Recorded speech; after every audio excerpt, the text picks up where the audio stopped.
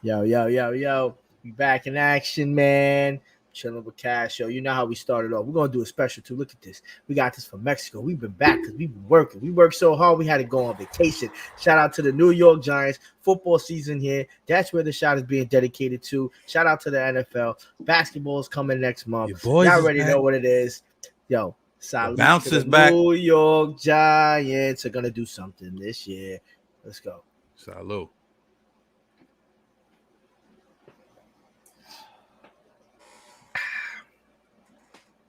Yo, I should have got another one. I could probably wear these or I something. said, yeah, they damn sure could.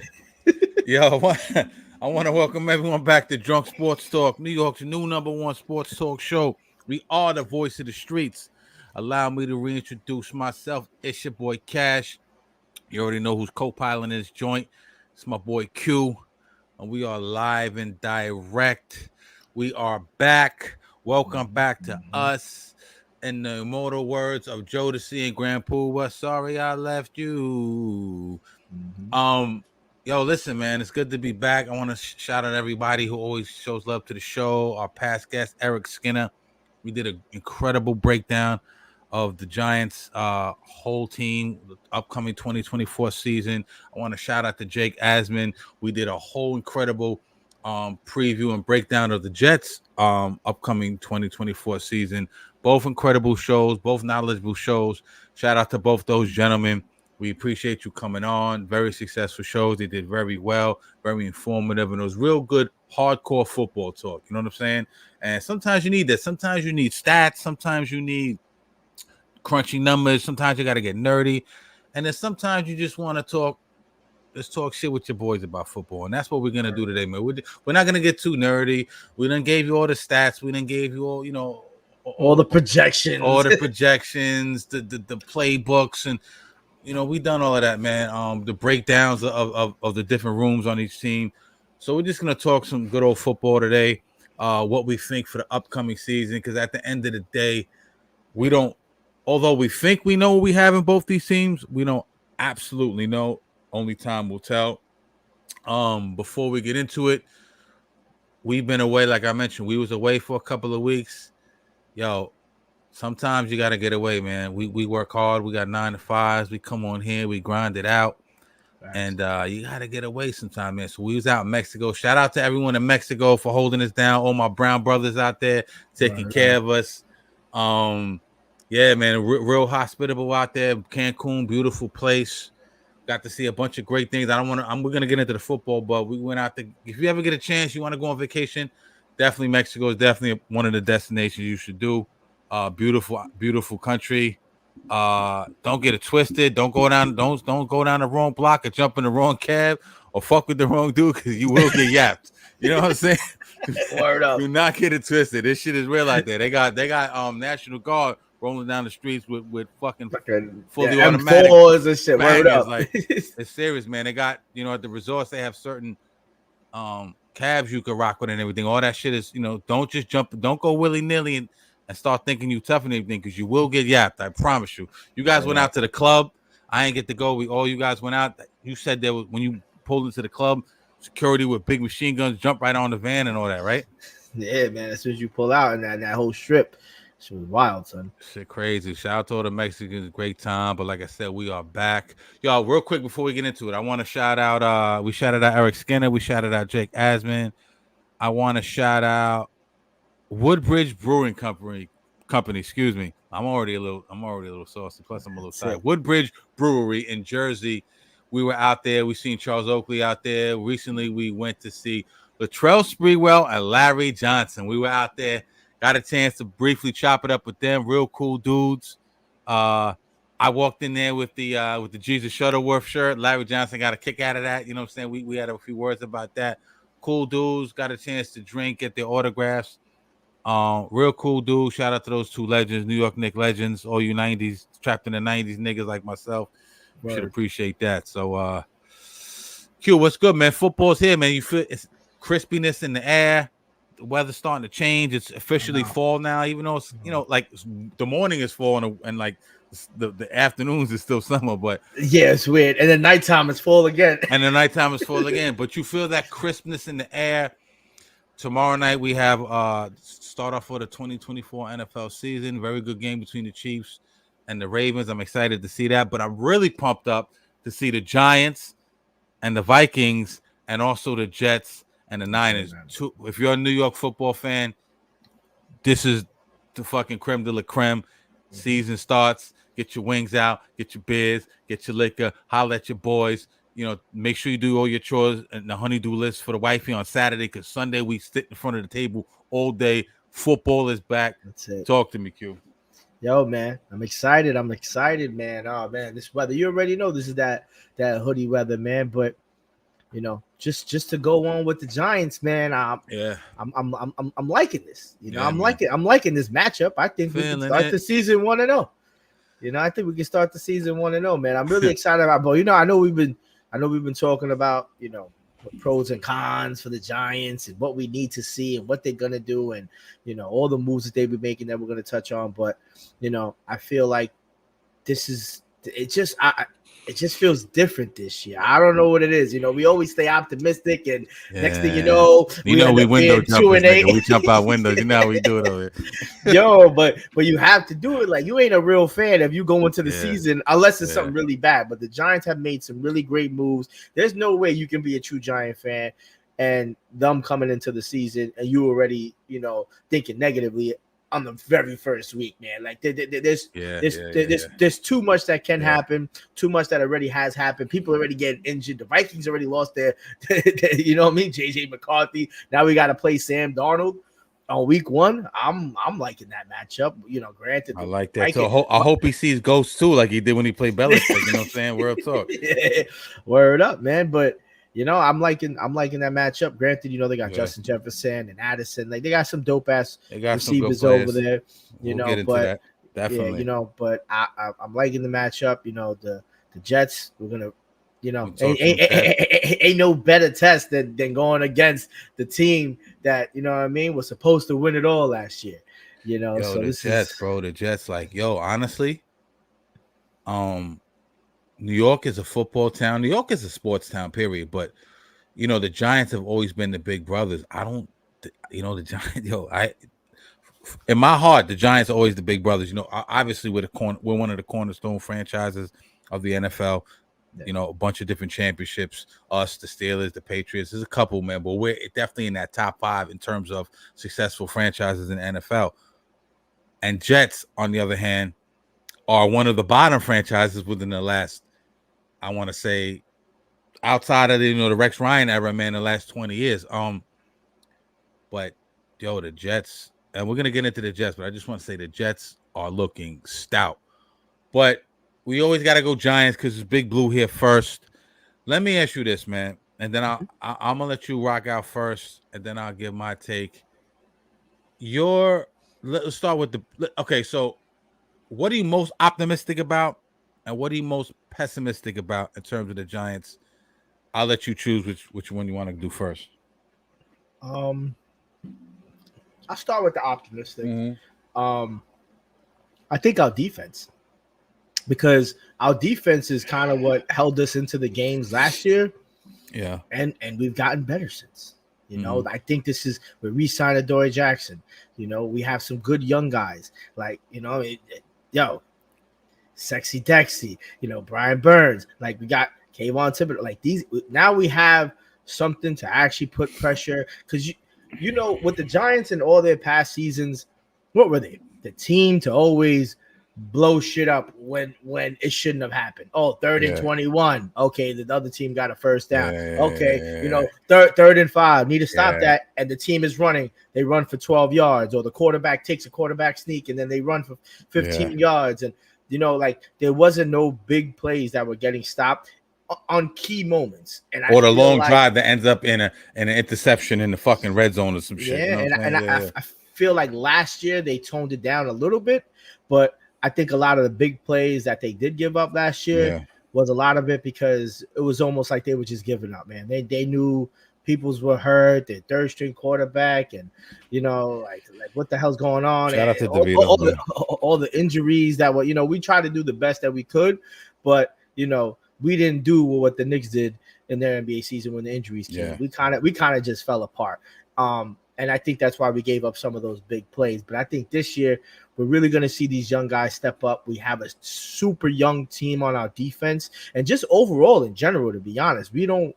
Man, we got a young squad. We're going to see these guys ball out, play for your positions, see who can win it, see what some of these, veteran guys on the defense can teach these younger guys to just improve them. I'm really looking forward to see how Deontay Banks is going to do. How is Cordell Flock going to be? You know what I mean? I want to see what's going to happen. What's going to be the tandem between Burns and Thibodeau? They're really going to put that much pressure, especially on the edges, with Dexter Lawrence and then coming through the middle. Like, what's going to really happen? Is this going to be another Michael Strahan, Tuck, and OC type of tandem that we have here? I think it has the potential to do it. And that, I think it got the potential. That's obviously, and I don't mean to cut you off, is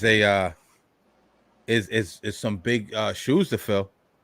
But man. But no, I agree. My bad. Keep it pushing. No, yeah, and but that's what I'm definitely looking for toward the defense, which is odd because usually, even though we're a big defense team, in the last few years, everything was kind of like revolving around offense because we had Saquon Barkley, who was one of the most explosive dudes. So that was our only thing. And now I feel like the tables have turned. We have basically reverted back to what the Giants have used to be back then and what the organization has always stood for, which is defense and running back by committee. That this is what we did. This is how we won our championships.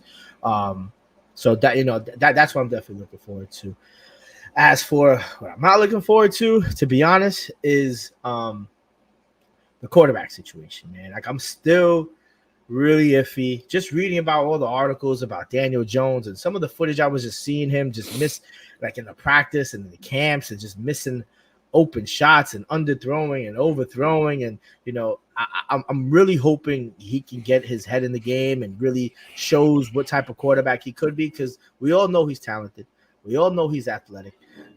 We need him to make these smart quarterback decisions, that great quarterbacks make, like when his rookie season. We need him to play like that. We need him to play when we went, 2 years ago when we went to the playoffs and beat the team that we're about to play now, with a better quarterback when they had Kirk Cousins.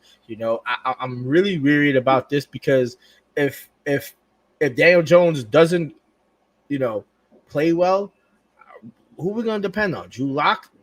He looked like ultimate trash in the preseason, and then again we're back to square one again where it's Tommy DeVito, and then now it's almost like the Giants are going to have to make sure we utilize his contract and try to get somebody the next year. You know what I mean? But that's what really worries me. We could be in a really bad predicament if he underperforms, and then we just have nobody to do anything. And then now it's another year that this defense is going to have to play their ass off and get older again. Like this, defense is going to age quick, man. We need somebody to control this ball. We don't need him to be Tom Brady or freaking Drew Brees or, those fucking Ben Roethlisberger or Tom Brady. We don't need him to be that type of level player. We just need him to get the job done, be a decent average quarterback, make the pass that you need to do, take those chances, and just get the ball down the field and start looking for, when you got Malik Nabers and Jalen Hyat and Darius Slayton. Come on, man. We got some decent people. We got Theo Johnson. So we got decent people we could throw the ball to. And we know Singletary can catch the ball from the back out, so you always have the option of the screen. It's just what really makes me nervous I'm not 100% confident that he's going to be able to do it. With Eli Manning there, Eli Manning wasn't consistent, but he had a way worse team, and he had the determination. He had that dog in him. You know what I mean? Like he made shit happen. He made plays happen, even if they got blew up. And that's the type of quarterback that this team is going to need right now with the weapons that they have. And I'm just hoping he can get it done. Yo, I mean, spot on, man. Spot on. I'm gonna give my two both sides of the coin in a second, but I do want to comment a little bit on a couple of things. Daniel Jones, man, you look at him, you see him in preseason, you see he throws that pick six, and you're like, man, that's just a stupid play. Has he not learned nothing in the last couple of years? But then you see a beautiful throw to him. I think it was the Jalen Hyatt on the back shoulder fade. And you're like, man. So it's like, which Daniel Jones are we getting? Like the optimism in me goes, man, this guy could be really good. You know what I'm saying? We haven't even seen a run this year. You know, in spurts. You know, we know he's really good on the ground. Obviously, got the name Vanilla Vic. Last year I kind of jumped out the window in terms of Daniel Jones. Me and not Jordy Nelson. What? Greg Jennings. Me and Greg Jennings are the only people in the media who had Daniel Jones as like a top 15 quarterback in the league last year. You know what I mean? Before the season started, you know, coming off of that Vikings win and obviously getting smashed by the Eagles. But I look at Daniel Jones, and we've said this before, like, let it all hang out. There's a song back in the days for all my old heads. Pete Rock produced it by this guy named Adore. It's called Let It All Hang Out. You know what I'm saying? And that's what I feel Daniel Jones has to do this year. Let it all hang out, man. Throw down the field. You see, Dave, the one thing I'm going to take from preseason, and I digress a little bit from the subject, but one thing I do see and I like, and even though the preseason playbook is obviously vanilla, it's, you know, they're not showing anything. You know, that OCs and DCs and head coaches are not showing what they're doing. It's kind of to get out there and feel the speed of the game after having all this time off and getting reps for the fucking, you know, the rookies and maybe some of the guys who are trying to make the team and shit like that. But what I do see is Skinny Dable is aggressive, man, and you see a big difference even in preseason. You see a big difference from Mike Kafka, you know what I'm saying, going downfield. And I think there's going to be some plays this year where you go, damn, man, like, oh shit, like, holy shit, especially the Malik Nabers. And when a guy like Malik Nabers and Jalen Hyatt, who are burners, who can take the top off the defense, who can interchange, who can run routes in the slot, right, also playing the outside, you're like, that's what we need. But then you're going to see some plays. You're going to see some Brett Favre gunslinger interception type of deals too. And we can't get mad at that. As long as we see some type of consistency, like I said, let it all hang out. Take shots down the field. Go for broke. This is it. Daniel Jones. Bearded Daniel Jones.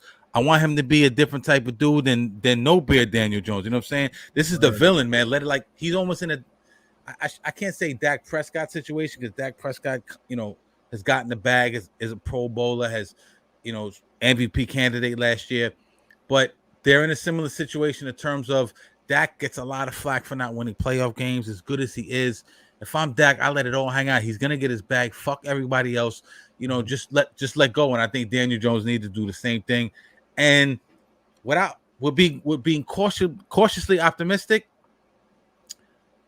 I feel like Daniel Jones is gonna have a decent year, and that's gonna put us even further in murky, unclear waters and be in a conundrum, because then what do you do? And then the flip side of it is, if he's just average, right? If he's just average and we're a middle of the pack team, and we talked about this before, then what are we looking like in the draft? What type of quarterback can we get? You know what I mean? So this is it's very intricate, man, in a way things are going to shake out. You know what I'm saying? I think Daniel Jones is going to have a good season. I really believe that in my heart. I think that with Kafka being aggressive downfield, with the weapons he now has, with that rebuilt offensive line, which looks stellar, by the way, they're controlling they're working together. You can see the chemistry.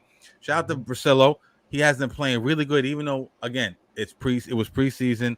They're not showing everything, but he has them working together as a unit. You see cohesiveness, you see chemistry, you see them holding down the gaps, the run blocking, the pass blocking. It looks good so far. Daniel Jones has time in the pocket. So with that and the addition, obviously, of, you know, the receivers, Slayton's going to be back. Slayton in a wide receiver 2 spot as opposed to a wide receiver 1 slot. It's a different look, because now you're going up against CB2s as opposed to premier corners. You know, Nabers is or the premier or the number 1 shutdown corners are probably going to be on Nabers. You know what I'm saying? Right. And we expect big things from Nabers, and there's a lot of pressure on him, but I think he's built like that. And Wan'Dale Robinson obviously looking good in the slot, and that whole slot is a whole different thing. The middle of the field, different routes is a whole different thing than being on the outside, because when you're on the outside, the sideline can almost be used as a defender. You know what I'm saying? There's a lot of space in the slot, right?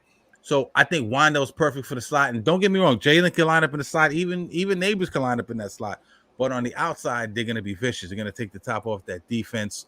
I like the receiving core, man. I you know, Hodgins is cut. Then he's on a practice squad. And shout out to Hodgins. He had that really good campaign in 2022. Him and Daniel Jones really connected that year. We got the win against the Vikings, that playoff win. But if I'm just looking at the receiving core and the upgraded offensive line and the decent tight ends, I know you're big on Theo Johnson, you know what I'm saying, and I like him as well. I'm excited, man. You know, I'm very excited about the offense. But like I said, I digress. What you said you're excited about as well, and what I'm excited about and worried about is the defense. I'm in love with the front seven. I've always been big on Kayvon Thibodeau. Kayvon Thibodeau to me is like the Giants' Julius Randle, in my opinion. You know, he's got so much talent, and he's had this love and hate relationship with the New York media and the New York fans. You know what I'm saying? Like similar to, remember Julius Randle, like got on the fans a couple years ago and everyone killed him. But I love Julius Randle. He's a dog, and I think Kayvon is a dog too. You know what I'm saying? I think he's gotten stronger. I think we're gonna get a really good year. He had a really good run last year. He was like hot and cold last year. He was 50-50. He had some games where you're like, man, where's all the pressures at? You know, the sack numbers aren't showing up. But then he had some games when he went on that crazy run where he was just eating up quarterbacks. I think Thibodeau's, along with Burns, Sexy, Dexy. Obviously, we know the four linebackers, the old dogs, right? McFadden, Okereke, Kayvon, and Burns coming off the edge. I think that front seven is fucking. I think they're not giving the Giants as much props as they should. However, what worries me is that secondary. You know what I'm saying? And even in preseason, and again, that the OC's playbook, is vanilla. So we're not getting to see a lot of looks, but they was even getting smoked in the preseason, man. The depth isn't there. The starters are inconsistent. The Giants were even scouring the waiver wire. You were hearing names like Desmond King, who I thought would be a decent option. Guys like Stephen Gilmore from Detroit last year. Inexperienced. I wasn't in love with that. Also, you're hearing names like Mike Ford, who was on the Browns last year. Decent guys, but not top of the line CBs. Obviously, if they're on the waiver wire, they're not, you know what I'm saying? Like top of the line. You're not gonna creme de la creme corners and safeties. So I thought it was logical that they bring back Adoree Jackson. You know what I'm saying? And I like Adoree. You know, Adoree's familiar with the team. I don't want to say the system because he never played under Shane Bowen. Shane Bowen. You know what I'm saying? But he did play under Mike Vrabel in Tennessee, and their systems are somewhat similar, but still the language of the schemes are different. But I like the Adoree. Adoree didn't have such a great year last year, but there was, I think, other things that went into that. Deonte Banks. I think Deonte Banks has a lot of potential. I loved him and Malik Nabers. I love seeing him go at it in training camp, man. That was some iron, and it's cliche, iron sharpens iron. But Deonte Banks is CB1 this year, right? Last year he was CB2. So he's going up against some premier wide receivers. Especially, I think the NFC East has I don't want to say the best, but they have a lot of really good tandems, man. Think about it. They got Deonte Banks, AJ Brown. I'm sorry, AJ Brown and Deonte Smith. Yeah, they got CeeDee Lamb. They got Terry McLaurin now is over there. They got a lot of premier guys in that league. He's gonna have his work cut out for him. But like I said, he's gonna be guarding wide receiver ones, and they're killers. The thing with Adoree, he didn't go through the training camp. Like I said, he doesn't know Shane Bowen's system, so there's a small learning curve. So I don't know if Adoree's gonna immediately jump back in the CB2 spot. I do think over the first couple of games, once he gets back in the shape, once he learns the playbook, we'll see Adoree there. Adoree in the slot last year, because I was looking at Pro Football Focus, didn't have the greatest year in the slot. Banks most likely will be on the outside. So Tyler Nubin, and you know what I'm saying. Drew Phillips are good in the slot this summer, but I don't know if the slot's gonna work for Adoree. You know, like I said about the wide receivers, and slot routes are different. You know what I'm saying? If you never played slot, and especially if you didn't do well last year, that's a tough fucking spot to play if you're a corner, man. Adoree gave up 770 yards of coverage last year. So I'm a little worried about that. Nick McLeod's a little banged up. Like I said, Drew Phillips is a rookie.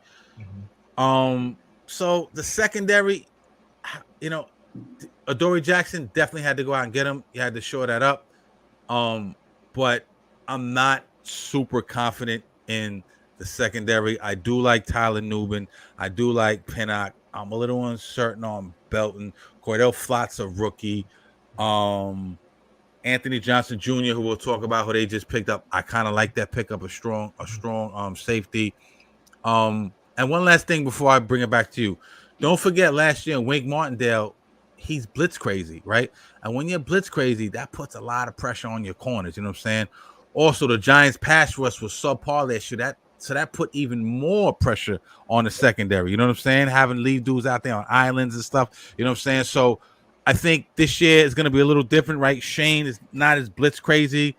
Too high safety looks, right? Well, like we said, not as aggressive. A lot of zone scheming type of stuff. The Giants' pass rush is significantly better, like we talked about with Burns, Dex, with Nacho, and Dex and all that. So I'm excited about that. You know what I'm saying? So at the same end, I'm excited about the defense, but I'm worried about the defense. You know what I'm saying? I hear that. Sorry for being so long-winded. No.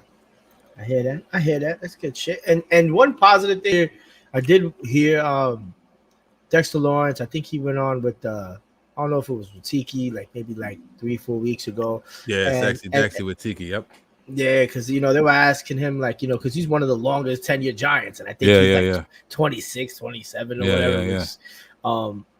But they asked him, he said, like, what do you see that's that you see different in this defense? And like one of the positive things he said was that these rookies are talking, these rookies are being vocal, and that's what you want. You don't want no rookie that's like, you know what I mean? Any company, anybody. You don't want nobody just to get there and then just be timid to themselves. You're like, all right, you just want to get in and get out. All right, work. Nah, man. Be vocal, be passionate, give me some blood, sweat, and tears, and feel like you want to come in here and actually make a change. And if he's seeing that, which, you know what I mean, like he leads that whole shit, so if he's seeing that, I'm hoping, that's what's truly happening, and it actually showcases itself when we start to see the Giants play, week in and week out. We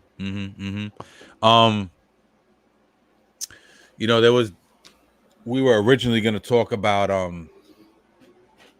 there was an article that came out in The Athletic. I think the guy's name was Pompey. He basically said that the Giants had offered Josh Jacobs a contract or a deal, and the deal was like $3 or $4 million more than he was even asking for. And then, allegedly he turned it down because supposedly he didn't like New York City in terms of the high taxes, which I get. I don't like that shit neither. I can't be mad at him for that. The way the media conducts themselves and just the overall energy of the city. Then you hear that was retracted by the same reporter. I think his name was Dan Pompey or whatever. I'm terrible with names, but he went out and retracted it, said that didn't happen. And that made I was a little iffy on that, offering Josh Jacobs all this money and not taking care of Saquon. But from early before preseason even started, me and you did a couple of episodes and we talked about the running backs, you know what I'm saying? And we didn't see Tyrone Tracy at that point. We only saw like clips of him in college, you know what I'm saying? But I know you liked them, but overall you were a little bit worried with Saquon leaving. You're not too high on Singletary, aka Motor, but now seeing a couple of games and really not that much to look at, but seeing a couple of games with Singletary in there, Tyrone Tracy getting some really good looks. I was very impressed with him. Eric Gray obviously balled out that first preseason game. I'm not even gonna lie to you, man. I think we're gonna be pleasantly surprised this year the way Dabo, Skinny Dabes incorporates that running back out by committee. I like Tyrone Tracy, Devin Singletary, really good snaps, and Eric Gray, really big on special teams last year. Didn't impress me too much when he was in there limited role as the running back too. But have you changed your mind a little bit about the running back room? Yeah, I haven't been complaining that often. After I started seeing what they were trying to do, and it's the eye test, right? Yeah. We got to see what these guys can still do. Does Motor still have it in him? Yeah. Can Tracy perform the way he did in college? Is all the adjustments and additions to the offensive line going to hold up and stay true? And obviously, this is an early analysis, but if we can just see glimpses, a consistent glimpse of what they did in the preseason, then I think we're going to be all right. There was times where Jones had ages in the pocket, and one of them turned into an interception, which didn't make any sense, but whatever. But if they're able to do that and make these holes for these guys and do these screen passes when they get open, I think we're going to be in a good place. And look, this is what happened when Ahmad Bradshaw, Brandon Jacobs. We didn't have those guys weren't like super Hall of Fame type running backs and explosive running backs. It was that nitty gritty. I'm gonna have to work for this and run these guys down, and that's what they that's what I kind of like saw, and and I was happy to see. Plus, I didn't think, like, when I read the article, it didn't even make sense. Obviously, if we're gonna lose, Saquon Barkley, I wouldn't mind a Josh Jacobs, but at that point, it just doesn't make sense because Joe Shane didn't want somebody. He didn't want to pay somebody $12 million to hand the ball off to. Now, if you're telling me that they were going to pay him $3 to $4 million extra a year, that's telling me you were going to pay Josh Jacobs fucking $13 to $15 million a year, possibly. When you let Saquon Barkley walk, who he said he wanted to be a lifer, that doesn't work. It sounds like idiotic, and you know what I mean, and it just didn't make any sense. But for what we have right now, I think we're gonna make do with it. But it's all gonna come down to that offensive line, and it's gonna come down to obviously Daniel Jones. I think he's gonna be able to run the ball. I saw him in practice running, and it doesn't look like he's favoring anything. It doesn't look like he's limping in any matter after that significant injury. So I think we're gonna be good because now we have him to add to the now we got a good trio running back by committee. We got these guys we can depend on, offensive line we can hopefully trust in, a quarterback that we know can run the ball, and wide receivers that we know are explosive. Let's fucking score some points, Giants, because I'm tired of seeing you guys score 12, 15 points, man. We can't have, 2 touchdowns. We got to make at least 3 touchdowns a game in this type of NFL now. Like you're not winning with unless your defense is like completely stout and so ill. Then you might win where kick 5 fucking field goals. But no, man, that's not this NFL. These are all gunslingers you're going up against. These are all people who are gonna smoke you and just find the broken coverage, and quarterbacks that got wild arms and different type of players. So I think it's gonna be interesting to see what these guys do. And I'm really hoping the Giants average more points per game than they did in the past 3 years, to be honest, because I think that's gonna be what the difference maker is gonna be. Yeah, no, spot on analysis. I agree with that.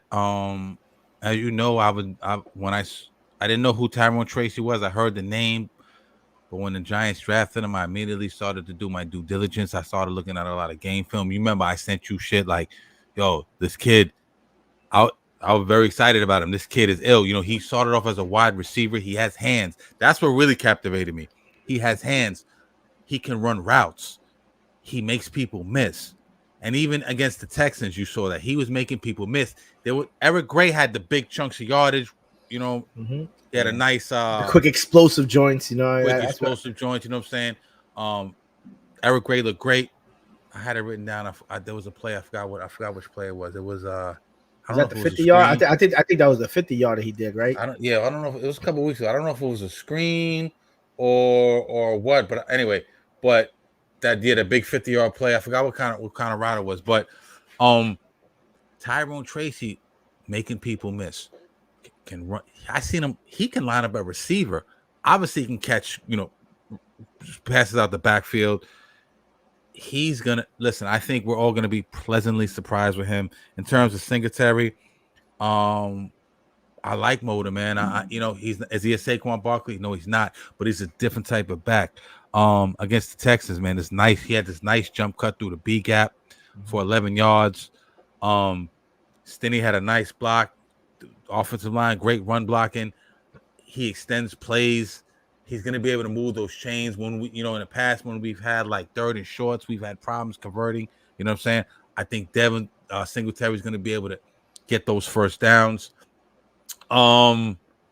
Yeah, I love him, and Singletary powers through. Like I said, he breaks tackles. I like the running back room, man. I'm not even gonna lie. We talked about the wide receiver room, offensive line. We talked about the secondary. Listen, at the end of the day, time is gonna tell. Mm-hmm. Do I think we're a perfect team? No. Do I think we have potential? I think we have a lot of potential, and I think we have more potential than these so-called analysts, or as Max Kellerman, shout out to Max Kellerman, used to call these guys T-fags, typical football analyst guys. You know what I'm saying? There's always a little bit of a bias when they talk about New York. It's still LOL Jets, even though Jets look like they have one of the best rosters in the league. It's still LOL Jets in terms of the national media. You know what I'm saying? And that's just that New York hate. You know what I mean? But let's transition into the Jets real quick. And I'm going to ask you a question about the Jets, similar to what I asked you about the Giants. I'm getting a little nice here, but what are your concerns about the Jets, and what are you excited about the Jets with? Not a lot of concerns, in my opinion, on paper, but if you had to pick any, are there any, in your opinion? As for a concern, I think the only concern is one person. I think it's just going to be Aaron Rodgers. Yeah. The play or the shit off the shit off the field. I think the shit off the field. You think the shit? I think it's going to be the play. I want to see how he comes. I want to see. Hey, look, if he lights it up, it's different, man. I think Aaron Rodgers is too much of a professional. Like, these guys been in the game for way too long to let their personal shit take care of them.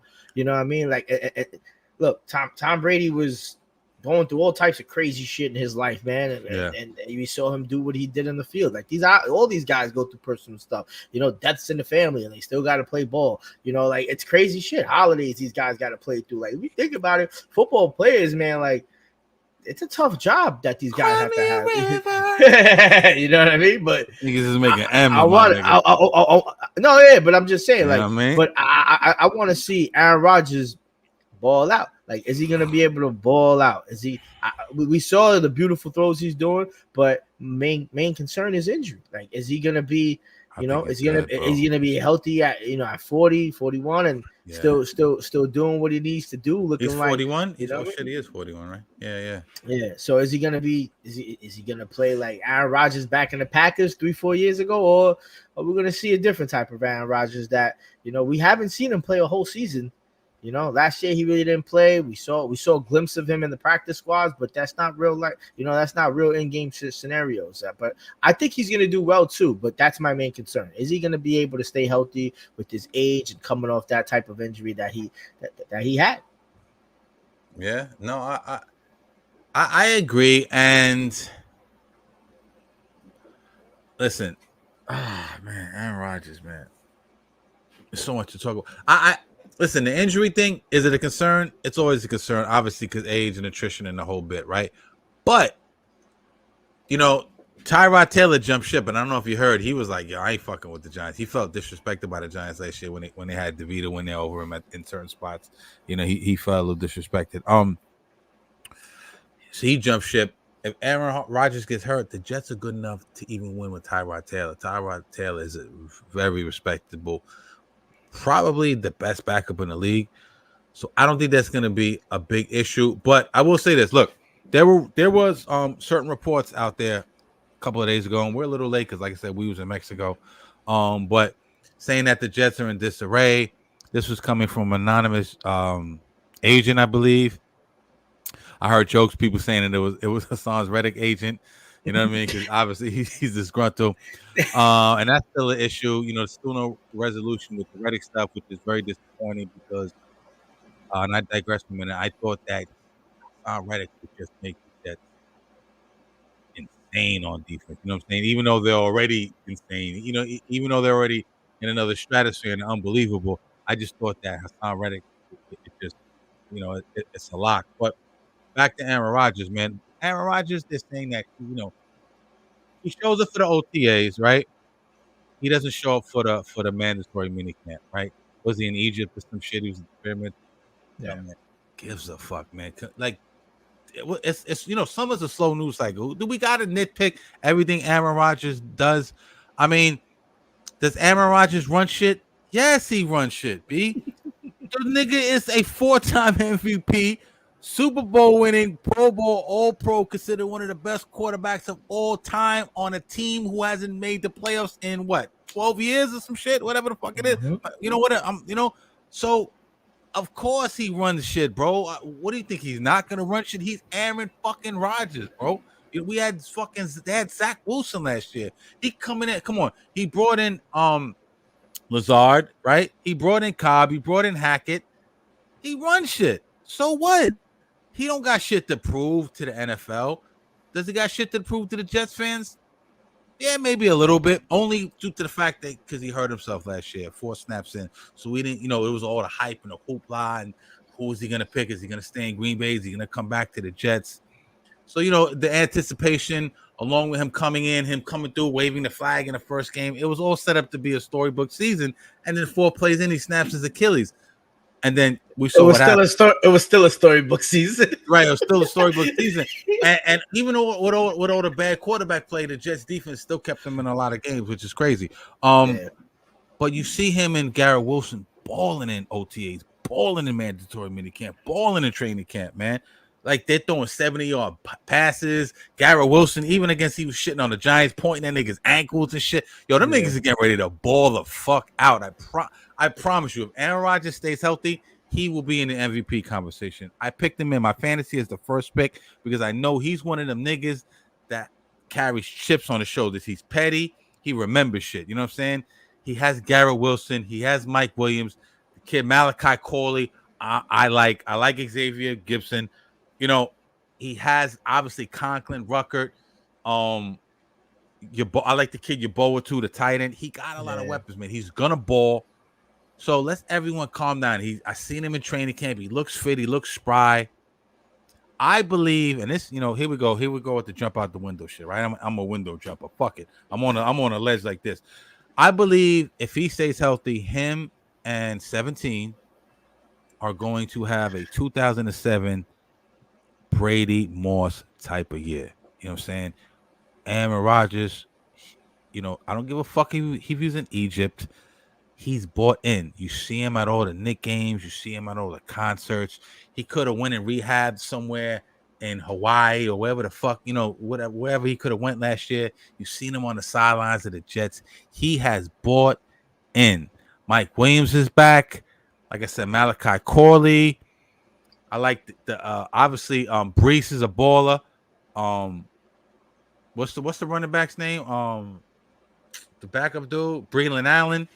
I'm fucking with him. He's a man against boys. The defense is insane. Everybody relax. I'm pumped up to see them play the 49ers in San Francisco. I believe the 49ers are the favorite. 49ers has one of the best defenses, really good offense. We know the names, C-Mac, Ayuk just read up. Yeah, but you got Purdy going against Aaron Rodgers, man. Purdy. No, but think about this. This is a perfect scenario for the Jets to go into San Francisco and beat up the fucking 49ers. C-Mac was banged up. He didn't have a full OTA, right? He didn't have a full training camp. Trent Williams was a holdout, right? One of the best left tackles. I like Trent Williams since he was on Washington when I was down in Virginia. I remember when they drafted him. Trent Williams probably the best left tackle in football. We don't know how long it's going to take for him to get ready. Who else? Brandon Ayuk, right? He might not have had a full training camp. So it's easy for them. I don't say it's easy, but they can go in it and the cards are lined up for them to go in there and have we still question marks on Brock Purdy. Obviously, we know what Debo is. Obviously, we know what Kittles is. Obviously, we know what Shanahan is. They have a really good team. But I think the Jets are going to go into San Francisco. I know they came off the Super Bowl and all the AFC championship games. I think the Jets are going to go in there and get busy. You know what I'm saying? What do you think? No, I wholeheartedly think that the 49ers are going to lose that game. I'm not really big on Brock Purdy. I think he's just an average guy that's surrounded by such amazing talent. And I think, granted, 4,000 yards passing, but how the fuck you not gonna get 4? Granted, it takes a little bit of talent, but you got a great overall team. Like, let me see him do it around. Let me see him do it around a bad team. Like when you start putting average quarterbacks around bad teams and bad offensive lines, and you get to kind of see like how good he really is. Can he make is he gonna make a shitty situation worse, or is he just gonna be lightning in a bottle and try to do the best he can make it out of that situation and do something of that nature? But Brock Purdy he's good. Like, Purdy. He's not Purdy. Yeah, he's not Rock, hurt, man. You Purdy. Because if you really think about it, almost on every position, when you compare it, 49ers to the Jets team, probably 9 times out of 10, the Jets are probably gonna have a better player in that position. Like, the only one I could see, because Garrett Wilson, probably could be a little bit better. He could be compared to as better than Deebo Samuel. And then the secondary, Mike Williams, he's not as good as Brandon Ayuk. We talk about running backs. Breece Hall is fucking nasty. C-Mac is nasty. Talk about quarterbacks, obviously A-Rod over Purdy. Like, the list could go on and on. It's just, they got a better 49ers got a better tight end, but it's too much. And I did see some footage of Hassan Reddick signing helmets. And I saw defensively, it's probably going to be the Jets. The Jets probably going to get every position. Probably the Jets have the number 1 ranked secondary. The 49ers are 2. Jets have a really good pass rush. I don't know what the Niners are ranked, but they got Bosa, they got Javon Hargrave. It's Fred Warner. They got the dude Ward at cornerback. They got. It's good. They're gonna bang out. I think they're gonna bang out. Good game. It's gonna be a really good game, man. Shout out to my peoples. They're going to that game in Cali too, man. So I know they're gonna have that's a fucking Santi and Roden.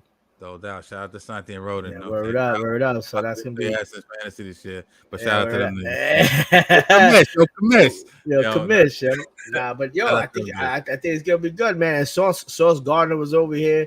He's shouting out Hassan Reddick because he was signing some Jets helmets. So I don't know if that's some type of hint that maybe they're working on a new deal. But you know what? That's the Jets front office dropping the ball yet again, picking up a player who's holding out on one team. I'm glad you brought that up.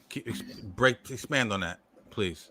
Yeah. So basically, as we all know, if you guys don't know, Hassan Reddick was sitting out and holding back with the Eagles. He explicitly said, I want a new contract. Did the Jets cold-heartedly think that just because he's going to be on the Jets, he's not going to want a new contract? Emotions don't change. He came to the Jets, and what happened? Holding out some more. I want a new contract.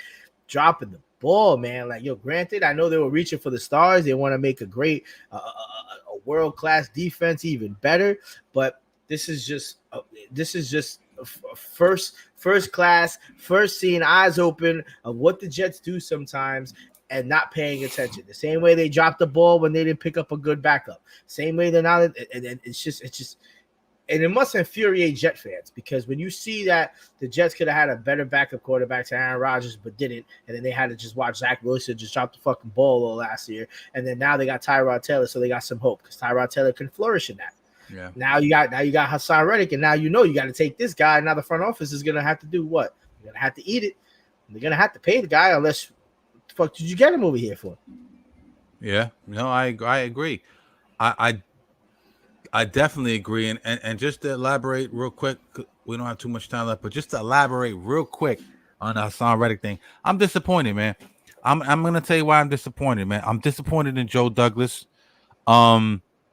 Let me start here. The Jets, they extend Michael Carter, right? Mm-hmm.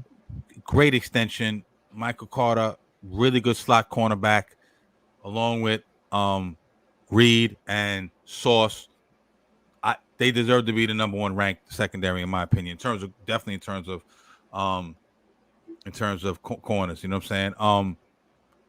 Jake Asman, shout out to Jake Asman. Like I said, he was on the show. He made a really good point on the show today, and I totally agree. He said it sends a message to the Reddick camp, right? We're not going to pay you if you don't come here to play and show up, right?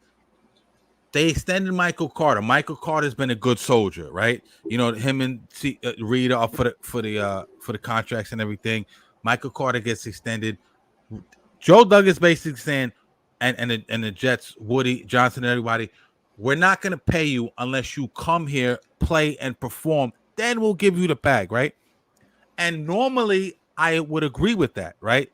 But here's the problem I have with that whole situation, right? And I'm going to tell you why. Because, like you said, you knew what his deal was in Philly. You knew he wanted the bag. You know what type of player he is. What did you think was going to happen? You feel what I'm saying? What did you think was going to happen? So not only do you give up a draft pick for him, not only does he miss all the training camp, and I know it's different from back in the days, but still, there is something to be said from training camp, the playbook, the camaraderie, the chemistry, right? Look at Joe Shane, you know what I'm saying? And don't get me wrong, Joe Douglas did a phenomenal job this year. I think overall he's done a phenomenal job. The criticism on him has always been getting the offensive line up to snuff. He had trouble his first couple of years doing it, and I think he's gotten it right this year with Fashanu, Morgan Moses. We know all the fucking names. But look at Joe Shane. We were in a totally same stadium, similar situation with Brian Burns. He was looking for a bag. He came here and they negotiated and got it done. Props to Joe Shane. I think Joe Douglas, man, I gotta kill him on this one, man. I think it was really not a smart, not a savvy business move. You know what I'm saying? I saw Reddick, to me, put your defense all the way over the top. And like I said, I'm a little bit disappointed, man. But we're gonna see what's happening. Hopefully he gets in there. I think at the end of the day, he will get in there, but I'm a little disappointed the way they let this play out, especially the way it's playing out in the media as well. One thing I do want to say, real quick before we go, the QB situation. Obviously, talked about Aaron Rodgers, Tyrod Taylor. I'm looking at the depth chart. Jordan Travis, his third in the depth chart. I was a little disappointed, man. I really wanted this kid Martinez to make it. Were you checking him out a little bit? Nah, I'm not gonna lie. The Spanish QB, he was doing his thing a little bit out. I heard his name. I just didn't really see no. Yeah, I was really rooting for him, man. He looked good in a couple of games. He didn't make it. That's how it is. But good luck to him. I was really rooting for him, man. But in terms of the Jets, man, I think the Jets, honestly, I think the Jets are going to be. They're definitely going to win the AFC East. I don't think Miami's as good. I don't give a fuck what nobody says. I don't think Miami's as good as them. We definitely know New England, even with Drake May and their whole rebuild, and they have some really good pieces on defense and everything. Definitely not. They're a rebuild. Let's just be honest. They're a rebuild. You know what I'm saying? And Buffalo, Buffalo has a pretty good defense, and I know they lost Stephon Diggs, but they got that kid Keon Coleman, who I'm very high on. I don't know how high everyone else is on him, but I think he's gonna step in it, and I think he's gonna wind up being definitely the number 2 receiver. But I don't think Buffalo's as good as the Jets. I think if Jets don't win that division clearly, then there's something wrong. Then paper doesn't translate to the field. I think the Jets are rated. I don't know exactly off the top of the head. I want to see. I think they're rated like the power rankings got them 14 maybe, or 12 or 14. I think the last time I heard it was 11th to 12th or something. Yeah, in that ballpark, crazy. A little bit outside the top 10. I think Jets might fuck around and win the Super Bowl this year, bro. Honestly, I think the Jets is definitely a top 5 team. If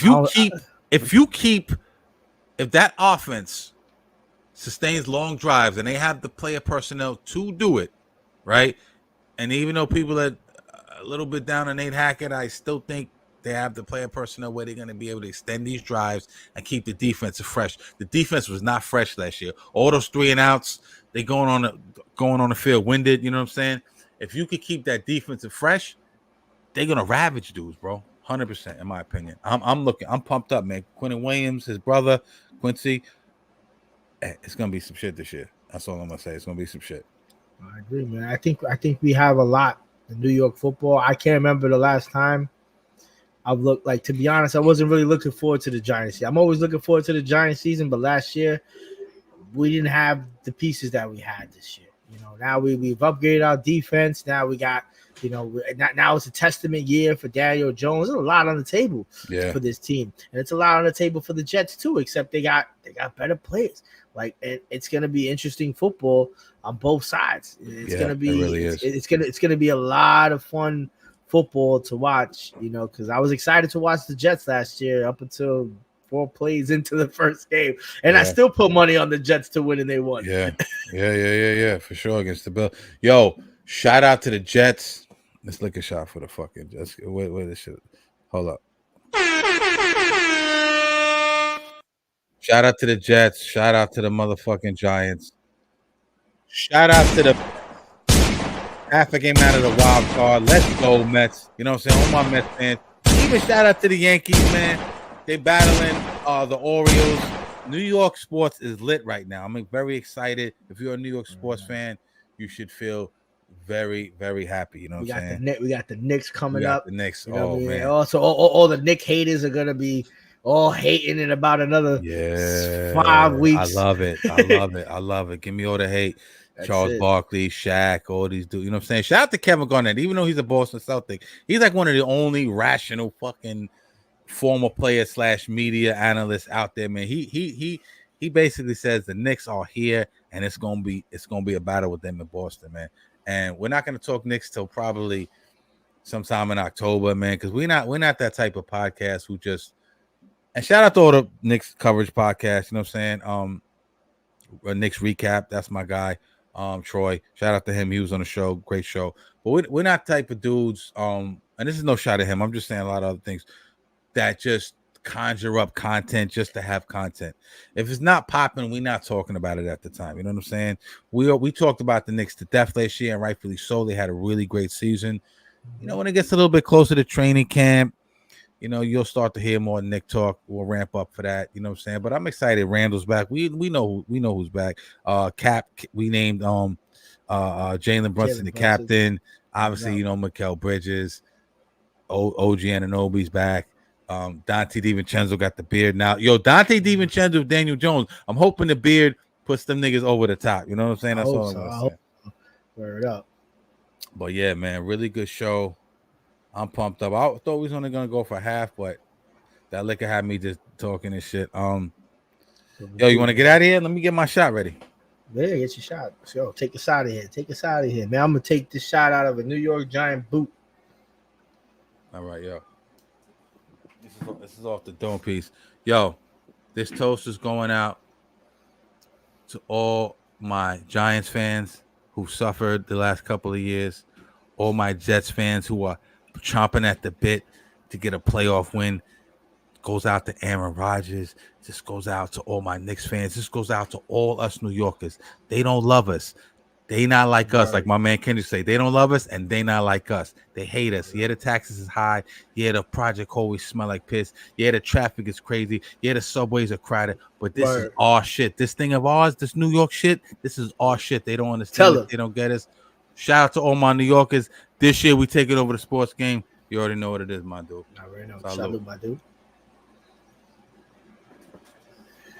Yo, one thing.